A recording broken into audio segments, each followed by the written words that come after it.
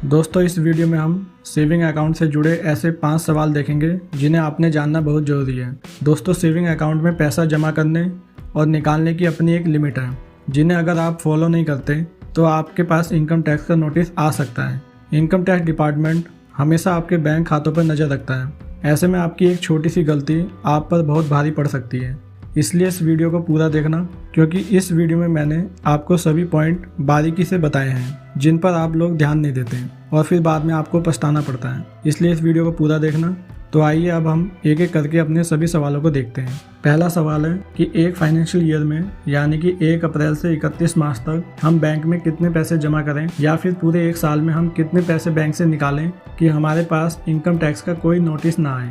दोस्तों इसका जवाब इनकम टैक्स की वेबसाइट में दिया हुआ है। वहाँ पर यह बताया गया है कि एक आदमी एक फाइनेंशियल ईयर में मतलब कि पूरे एक साल में ज़्यादा से ज़्यादा 10 लाख रुपए कैश जमा कर सकता है और ज़्यादा से ज़्यादा 10 लाख रुपए कैश बैंक से निकाल सकता है। यानी कि अगर आप एक साल में 10 लाख के अंदर बैंक में जमा करते हैं या फिर 10 लाख तक नगद निकालते हैं तो आपको कोई इनकम टैक्स नोटिस नहीं आता। लेकिन अगर आप एक साल में 10 लाख से ऊपर कैश जमा करते हैं या निकालते हैं तो उस केस में आपको इनकम टैक्स का नोटिस आ सकता है। इस नोटिस में इनकम टैक्स डिपार्टमेंट आपसे ये सवाल पूछते हैं कि आपने जो ये पैसे जमा किए हैं वो आपके पास कहाँ से आए, इसका सोर्स क्या था।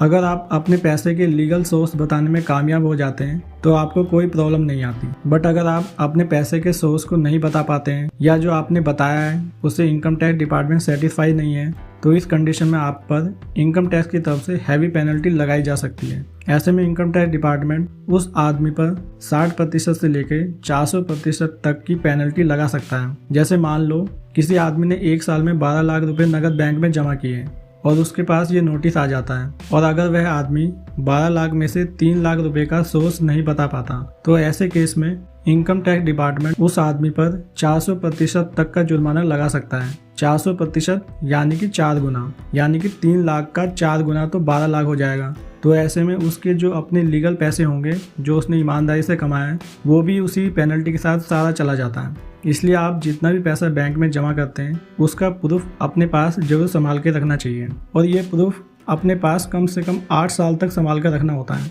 क्योंकि इनकम टैक्स में एक रूल और है कि इनकम टैक्स डिपार्टमेंट पिछले 8 साल में किसी भी साल की ट्रांजैक्शन के लिए कभी भी नोटिस भेज सकता है। तो इस बात का आपको ध्यान रखना है। दोस्तों एक सवाल ये भी आता है कि क्या 10 लाख की लिमिट सिर्फ एक बैंक अकाउंट के लिए है या सभी बैंक के लिए है। तो मैं आपको क्लियर कर दूं कि एक साल में 10 लाख की लिमिट आपके सभी बैंक अकाउंट को जोड़कर बताई गई है। जैसे मान लो आपका एक सेविंग अकाउंट SBI में है और दूसरा बैंक ऑफ बड़ौदा में है और तीसरा आपका ICICI बैंक में है। अब आपने अपने तीनों बैंक अकाउंट में कुछ पैसा रखा हुआ है। जैसे SBI में आपने 4 लाख जमा कर दिए, बैंक ऑफ बड़ौदा में 3 लाख जमा कर दिए और ICICI बैंक में 3 लाख और जमा कर दिए। तो तीनों बैंकों में मिलाकर आपके पास एक साल में 10 लाख जमा हो गए। तो आपको 10 लाख की लिमिट इसी प्रकार से दी गई है कि आपके जितने भी बैंक होंगे उन सभी में जितना पैसा जमा है उनको जोड़कर, और अगर ये लिमिट 10 लाख से ऊपर हो जाती है तो उस केस में आपके पास इनकम टैक्स का नोटिस आ सकता है। कुछ लोग सोचते हैं कि एक बैंक में तो उन्होंने पैन नंबर नहीं दिया हुआ तो उस केस में वो उस बैंक में ज़्यादा भी डालेंगे तो कोई नोटिस नहीं करेगा। लेकिन दोस्तों ये बड़ी भूल होगी, क्योंकि सभी बैंक एक दूसरे से कनेक्टेड है और सभी बैंकों की रिपोर्टिंग हर आदमी की मंथ वाइज सेंटर के पास पहुंचती रहती है। इस समय कोई भी इंसान बच नहीं सकता।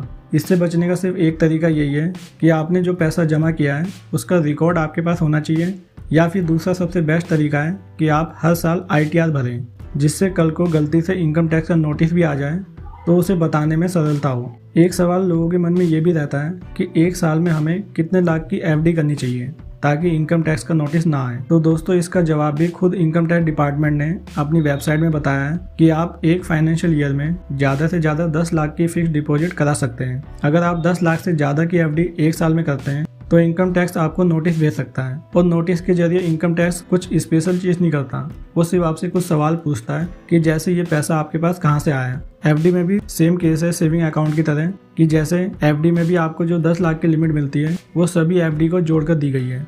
जैसे अगर आप एक साल में 1-1 लाख की FD 10 बैंक में खोलते हैं या फिर 10 लाख की FD एक बैंक में खोलते हैं, दोनों समान ही हैं। दोनों ही केस में आपको सिर्फ 10 लाख की ही लिमिट मिली है। 10 लाख से ज़्यादा एफडी करने पर फिर आपको इनकम टैक्स डिपार्टमेंट का जवाब देना होगा। दोस्तों एक क्वेश्चन लोगों के मन में ये भी रहता है कि एक दिन में ज़्यादा से ज़्यादा कितना पैसा बैंक में जमा करें या फिर ज़्यादा से ज़्यादा कितना पैसा बैंक से निकालें ताकि उनके पास इनकम टैक्स का कोई नोटिस ना आए। तो इसके लिए इनकम टैक्स डिपार्टमेंट ने बताया है कि एक दिन में ज़्यादा से ज़्यादा आप 2 लाख रुपए बैंक में जमा कर सकते हैं या फिर ज़्यादा से ज़्यादा 2 लाख रुपए एक दिन में निकाल सकते हैं। अगर आप 2 लाख से ज़्यादा पैसा जमा करते हैं या फिर निकालते हैं तो इनकम टैक्स डिपार्टमेंट आपसे ये पूछ सकता है कि ये पैसा आप कहां से लेकर आए। इसके लिए आपके पास इनकम टैक्स का नोटिस आ सकता है, इसलिए आपको इस बात का ध्यान रखना है। दोस्तों एक सवाल लोगों के मन में ये भी रहता है कि बैंक में जमा पैसे के ब्याज पर हमें टैक्स क्यों लगता है या फिर एफडी के ब्याज पर टैक्स क्यों देना पड़ता है। तो दोस्तों मैं आपको बता दूं, इनकम टैक्स का एक रूल है कि एक फाइनेंशियल ईयर में सेविंग अकाउंट का ब्याज या फिर एफडी का ब्याज 10,000 से अगर ऊपर है तो आपको उस पर टैक्स देना होता है। ये लिमिट जनरल सिटीजन के लिए, सीनियर सिटीजन के लिए ये लिमिट 50,000 रुपये की है। 50,000 से ज़्यादा ब्याज एक साल में मिलने पर सीनियर सिटीजन को भी अपने टैक्स स्लैब के अकॉर्डिंग टैक्स भरना होता है। ये इंटरेस्ट आपके सभी बैंकों को जोड़कर माना जाता है, चाहे आपका सेविंग अकाउंट पोस्ट ऑफिस में हो, गवर्नमेंट बैंक में हो, प्राइवेट बैंक में हो या फिर कोऑपरेटिव बैंक में हो। सभी बैंकों का इंटरेस्ट जोड़कर अगर वो एक साल में 10,000 या 50,000 से ज़्यादा आता है तो आपको अपने टैक्स स्लैब के अकॉर्डिंग टैक्स भरना होता है। इसे हम एक एग्जांपल से समझते हैं। जैसे मान लेते हैं एक XYZ आदमी है जिसका SBI और कोटक में सेविंग अकाउंट है। SBI से उसे एक साल में 10,000 रुपये ब्याज मिलता है और कोटक से उसे 5,000 रुपये ब्याज मिलता है। दोनों मिलाकर उसको एक साल में 15,000 रुपये का ब्याज मिल रहा है, लेकिन लिमिट तो 10,000 रुपये की है। तो जो बाकी का 5,000 रुपये है उसे अपने टैक्स स्लैब के अकॉर्डिंग टैक्स देना होगा। मान लेते हैं कि उसकी एक साल की इनकम 2.5 लाख रुपए है, तो टैक्स स्लैब के अकॉर्डिंग 2.5 लाख के लिए कोई टैक्स नहीं है, तो इस 5,000 रुपये पर भी उसे कोई टैक्स देना नहीं होगा। बट अगर उसकी इनकम 5 लाख रुपए है तो 5 लाख पर इनकम टैक्स 5% लगता है। तो इस हिसाब से जो ये 5,000 का एक्स्ट्रा अमाउंट है इस पर उसको 5% का टैक्स देना होगा। ये एग्जाम्पल जनरल सिटीजन के लिए था, इसी तरीके से सीनियर सिटीजन के लिए भी होगा।